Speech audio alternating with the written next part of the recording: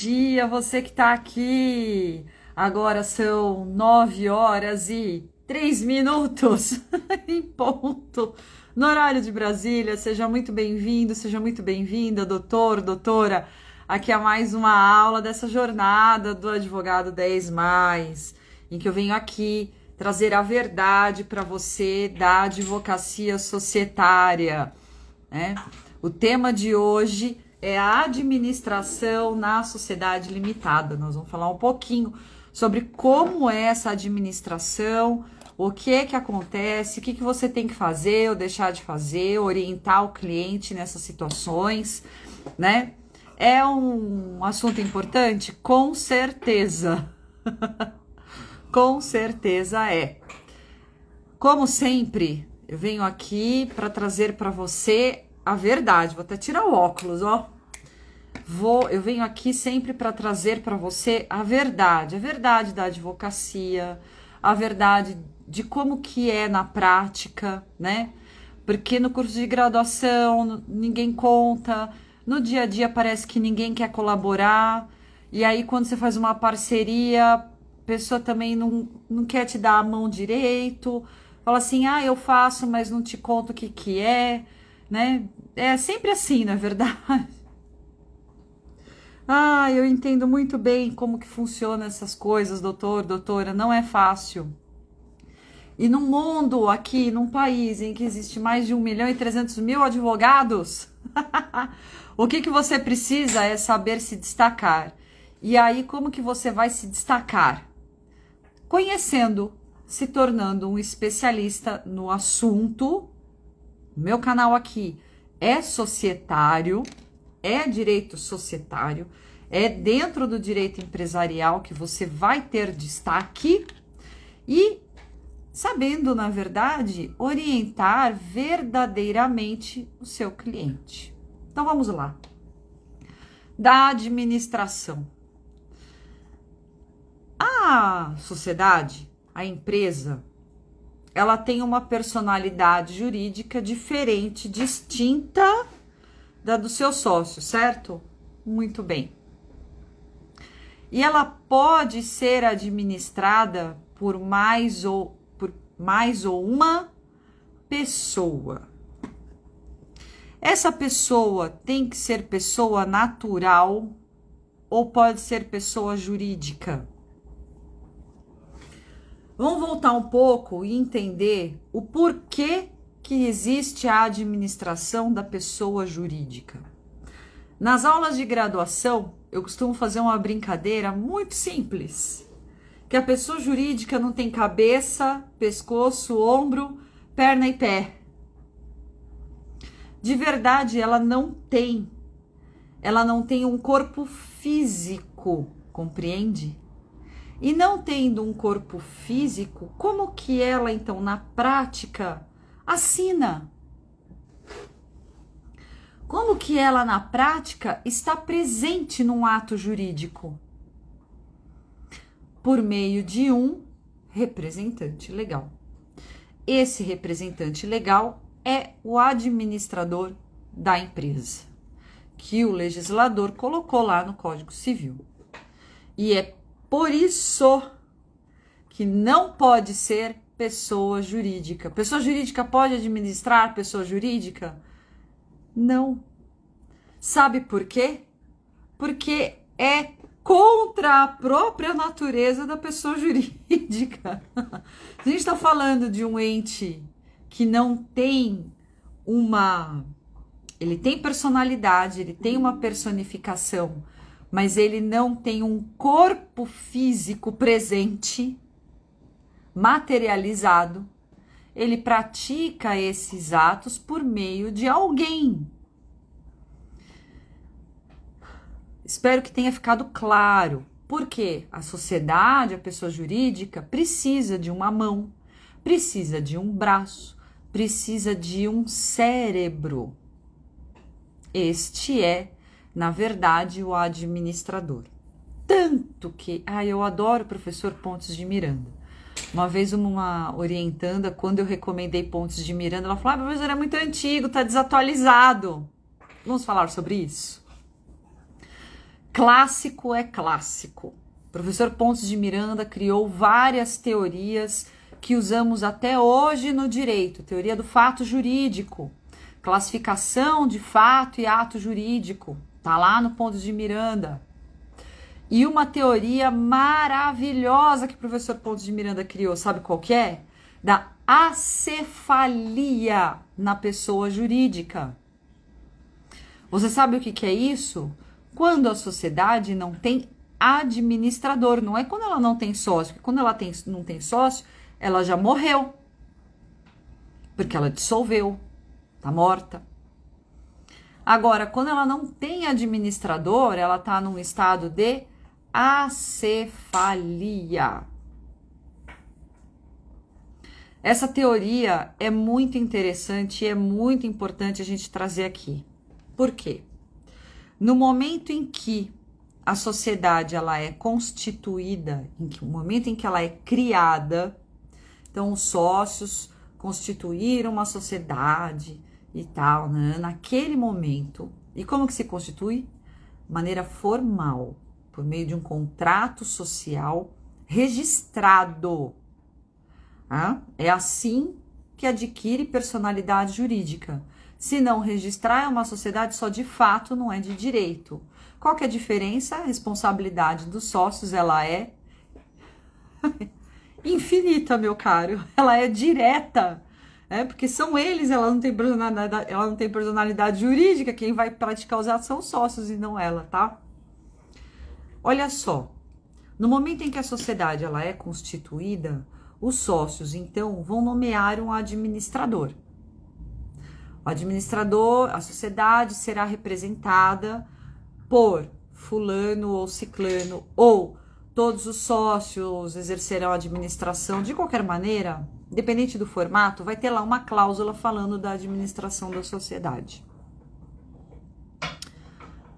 Aí a gente vai conversar aqui uma coisa bem séria. Da administração da sociedade, por uma questão até de prevenção, ser humano, eu já falei aqui em umas aulas anteriores, inclusive, o seguinte: o ser humano, quando ele se vê numa situação de poder pleno, pode mudar a conduta. Ele pode mudar a conduta na cabeça dele. Por isso que pleno poder nunca é bom, em nenhuma circunstância de nada. Né? Nenhuma circunstância de nada. O único ser que tem pleno poder é Deus, porque nem pai e mãe, que pai e mãe também não pode matar. Não pode tirar não pode tirar a vida do filho. Por quê? Melhor maneira de se deixar na administração de uma sociedade é sempre 2 administradores para atos importantes daquela sociedade, daquela atividade.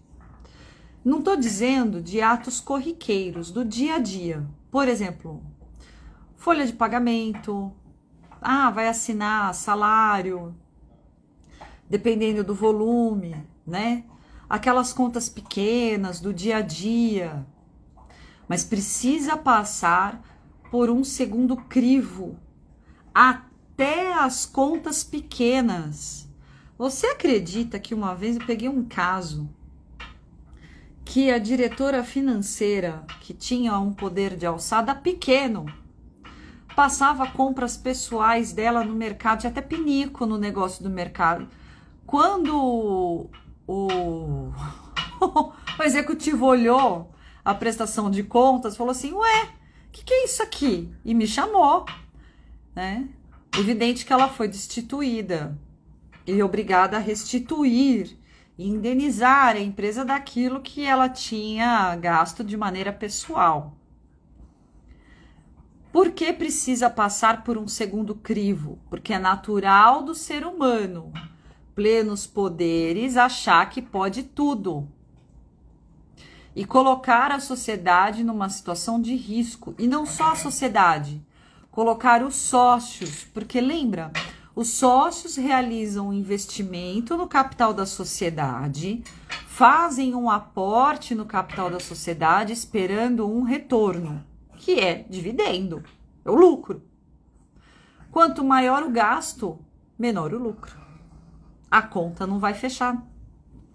Então, esse controle, ele é importante sim na administração, mas tem que ter ali um equilíbrio, tem que ter um ponto de equilíbrio para também não travar todas as atividades, né? Porque como as situações dentro de um negócio são extremamente dinâmicas, não precisa também ter algo que trave a atividade. Então, vamos lá. Por exemplo, acima, dependendo do capital social, dependendo do faturamento daquela empresa, né? Acima de 100 mil reais, o administrador pode assinar ainda sozinho ou precisa de mais um? Porque acima de 100, por exemplo, ele compra já um carro. Acima de R$500 mil, contratos importantes com fornecedores, maquinários, né? Existem maquinários caríssimos, contratos, empréstimos bancários. Eu acho que eu contei aqui na aula anterior, né? Umas 2 situações bem interessantes de fraude. Graves, que causaram sérios prejuízos para a empresa. Então, esse tipo de controle, ele é importante para evitar e para prevenir, certo? Fora isso, existe, vamos lá, no Código Civil, uma previsão assim: o administrador pode praticar todos os atos da sociedade, tem plenos poderes, ele é capaz, né? Ele pode praticar tudo, desde que de acordo com o objeto social. Se for em desacordo com o objeto social, ele acaba respondendo de maneira pessoal. Aí vamos falar, o que é de acordo com o objeto pessoal? Qualquer coisa. Até mesmo o empréstimo, tomar um empréstimo. Tem a ver com o objeto social? Diretamente não, mas tem a ver com a persecução daquele objeto social. Então, em tese, o administrador pode assinar. Fazer um contrato grande com um cliente grande, ou adquirir um bem muito grande, um bem imóvel, tem a ver? Se não for uma holding patrimonial, não tem a ver. Se não for uma construtora, não tem a ver. Mas ele pode? Indiretamente, ele poderia falar assim, eu estou comprando a sede da empresa. O Código Civil, né, ele tem uma previsão muito genérica. E se você olhar um contrato social, um modelo ali, vai ter exatamente a reprodução do que está na letra da lei. E é um problema? Com certeza, porque é uma questão de controle e de prevenção. Prevenção para a sociedade, para o administrador e para os sócios. Justamente porque os sócios querem lucro, os sócios querem maior retorno, maior eficácia. A sociedade tem que perpetuar, tem que ter o objeto dela sempre acontecendo, tá certo? E aí, para o diretor, aquilo que, mesmo que ele ache que ele está agindo, não, mas eu estou fazendo um negócio bom para a empresa, ele pode ser responsável pelos prejuízos causados. Por quê? O administrador responde pessoalmente pelos atos praticados por culpa ou por dolo. Por dolo, a gente já sabe, né? Na intenção de. Agora, por culpa, o elemento da culpa, o elemento subjetivo da culpa, ele é difícil de prova. Ele é muito difícil, né? Imagina, da culpa, negligência, imperícia e imprudência. Como que faz essa prova dessa conduta do administrador? Fala para mim. é muito complicado de ser feita. Então, sempre vai para o campo do dolo, ainda que seja um dolo eventual. Acredita? Ainda que seja um dolo eventual. Eu contei numa aula aqui, numa das aulas, agora eu não vou lembrar o episódio, de um diretor que falsificou o atestado de qualificação técnica, acho que eu falei isso aqui, para uma licitação num tribunal em Brasília, de uma empresa de tecnologia. Mas a falsificação era tão grosseira que o analista da licitação desconfiou, ligou, era só um atestado da HP, tá? Ligou para a HP, entrou em contato, a HP respondeu, não, esse documento não é nosso, não reconhecemos e tal. A empresa foi desclassificada, sofreu ação civil pública, deu uma confusão danada. Aí eu pergunto, esse diretor agiu com dolo ou com culpa? Cadê o elemento da culpa aqui? A pessoa que pratica um falso. Com dolo. Com dolo. Ele sabia exatamente aquilo que estava sendo feito.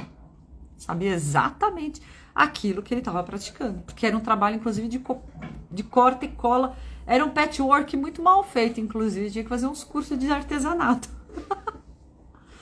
Então, provar que... E aí, logicamente, esse diretor foi responsabilizado pelos danos causados à empresa. A gente está falando no âmbito aí de uns 3 milhões de reais na época, em 2012. Tá? Isso marcou muito, porque o dia que a gente tomou conhecimento do fato foi o dia 12/12 de 2012. Lembra desse dia apocalíptico? Foi. Enfim, e aí, olha como faz tempo, em 11 anos já esse caso. E marcou muito, porque foi algo extremamente emblemático. E ainda assim, a gente vê outras situações acontecerem em outras sociedades. Porque quem tem plenos poderes acaba, sim, praticando algum ato, vamos dizer, de irregularidade. Não vai chegar ao fato do ilícito, como esse exemplo extremo que eu dei, mas chega sim a praticar irregularidades e vai responder. Só que antes de responder, acaba sobrando para quem? Para a empresa, para a sociedade. A conta vem para a sociedade. E até descobrir, o prejuízo já foi pago, o prejuízo já foi absorvido, passou em branco, ninguém percebeu, todo mundo foi, passou, e agora? Como é que faz? É muito importante ter, então, mecanismos de controle. Controle. Como que se faz esse mecanismo de controle na sociedade limitada?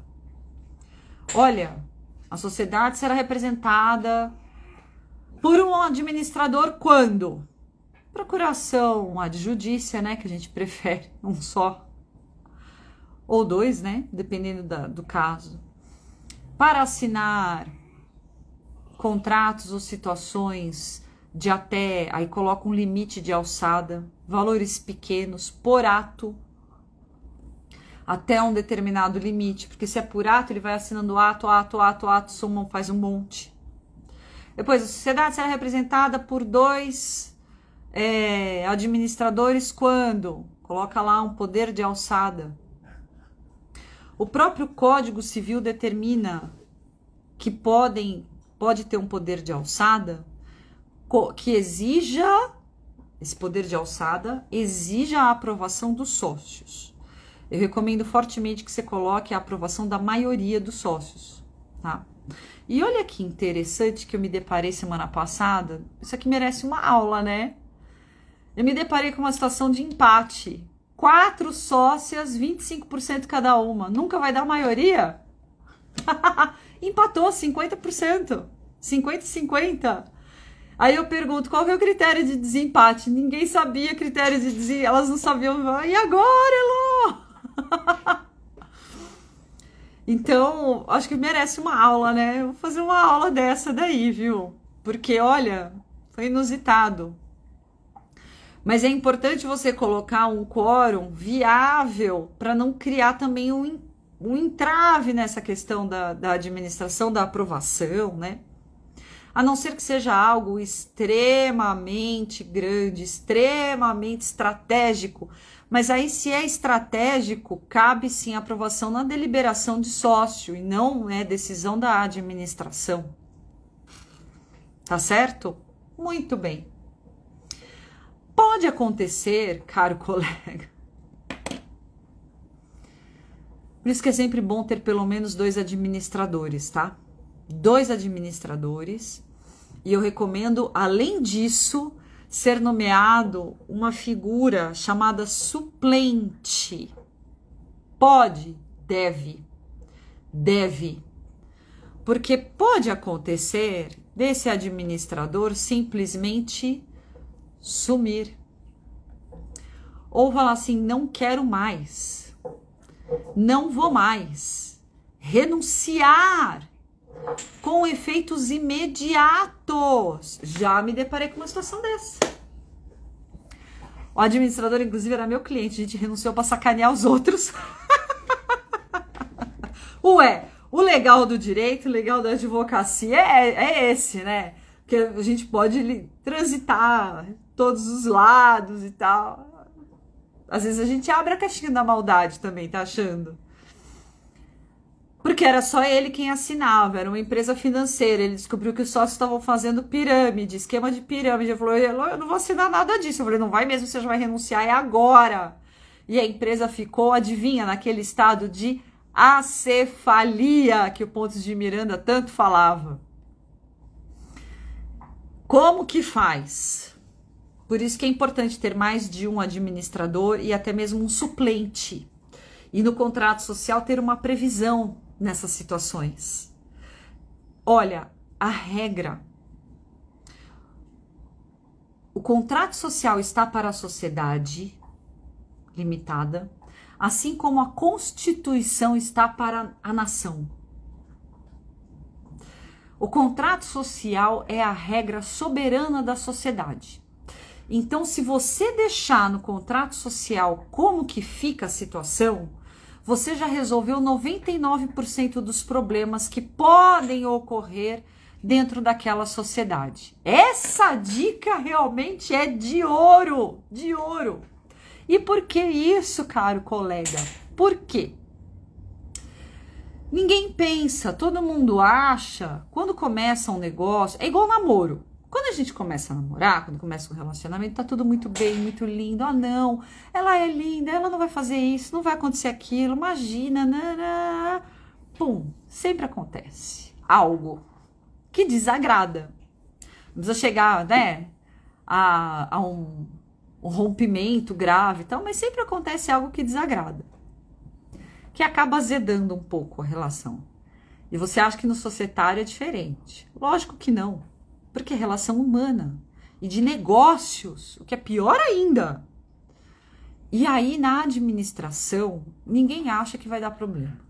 Bota as pessoas lá com poderes e acha que não vai dar problema. Lógico que vai. Então, é importante, porque o contrato social ele vai resolver 99% das questões. Olha, mais de um administrador. Colocar um suplente. Porque se um desses aí sumirem, renunciarem, ou até mesmo vierem a falecer, e aí a sociedade vai ficar sem ninguém para representar? Como é que você vai fazer? Tem que ter um suplente. E ainda pode-se determinar uma convocação urgente de 24 horas para reunião e deliberação social para a eleição de novo administrador, ainda que seja por um período curto, ainda que seja eleição por um período emergencial, por exemplo, até o final do exercício ou até o fim do primeiro quadrimestre do ano seguinte, que é quando tem as próximas eleições em reunião ordinária, tem que estar lá, porque senão faz como? Ah, Elô, pode reunião de 24 horas é caráter emergencial e estando no contrato social, porque se não tiver, caro colega, vale a regra do Código Civil, que é no mínimo 8 dias para convocar. A sociedade vai ficar mais de uma semana sem representante legal. Mais de uma semana sem pagar uma conta. Porque quem que vai fazer o clique? Não pode. Não pode. Todas as procurações são tidas como revogadas. Então, aquele funcionário do financeiro não vai poder atuar em nome da empresa, ele não vai poder movimentar banco, não vai poder fazer transferência para sócios, não vai poder fazer pagamento de um boleto sequer. Entende? Se tiver algum contrato importante nesse meio do caminho, ninguém vai poder assinar. Ah, os sócios não vão poder assinar? Evidentemente que não. Os sócios não são os administradores. É somente a administração que representa a sociedade. Comecei essa aula explicando por quê, inclusive. Então, nessas situações, é importantíssimo. A sociedade não pode ficar num estado de acefalia. Não pode. Não dá. Não tem condição disso acontecer. Olha, falei aqui para você o porquê da administração. A administração por pessoa natural. Olha quanto assunto. Mecanismos de controle para evitar fraudes, né? E aqui, como que você resolve situações em caso de renúncia desses administradores? Todas essas situações devem estar previstas no contrato social. Tem que estar lá. Corre e veja agora como que está a cláusula da administração ou as cláusulas de administração dos contratos sociais dos seus clientes e até mesmo do seu escritório. Para ver o que é que tem lá. Porque tudo isso impacta diretamente na prática. Na vida prática daquele negócio, daquela sociedade, do teu cliente. E, de novo, são situações que vão criando muito valor na sua advocacia. Você sabia disso? Evidente, porque você traz essas sacadas, você traz esses insights, justamente coisas que o cliente não pensou. E ele pode ficar até com medo, falar, meu Deus do céu, que tragédia, meu Deus do céu. Vem esse advogado aí, cheio de coisa que não tem nada a ver. Tem tudo a ver. E você traz isso e mostra a solução, porque é assim que faz, né? Você traz a solução de imediato para aquele seu cliente. A solução está no contrato social. Vamos fazer uma revisão desse contrato. Olha, você viu que tá assim. Cara, você sabe que pode acontecer isso, isso, isso, isso. Como que você vai fazer? Acontece. Olha, aconteceu também uma vez do sócio e administrador. Ele era um dos sócios e era o único administrador.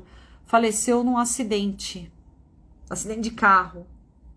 A sociedade ficou sem administrador. Ficou sem administrador. Não tinha qualquer previsão. Quem me buscou foram os herdeiros. Não era nem a sociedade, cliente, nada disso. Foram os herdeiros posteriormente que me procuraram. Como que resolve uma situação dessa? A sociedade acabou sendo dissolvida, porque ficou muito tempo sem administração, não tinha... Parou a vida da empresa. Então é importante, você está vendo como são detalhes? Direito já é na base do detalhe, né? Vamos combinar. E direito societário, então... muito mais. A gente faz um exercício catastrófico, eu brinco. IC, né? Então é importante. Eu espero que essa aula de hoje tenha sido maravilhosa para você e que eu tenha trazido situações importantes para você. Curta bastante essa aula aqui, curte esse vídeo, compartilha. Quarta-feira tem mais, é véspera de feriado e eu tô aqui trazendo mais aula, mais conhecimento para você. Uma boa semana!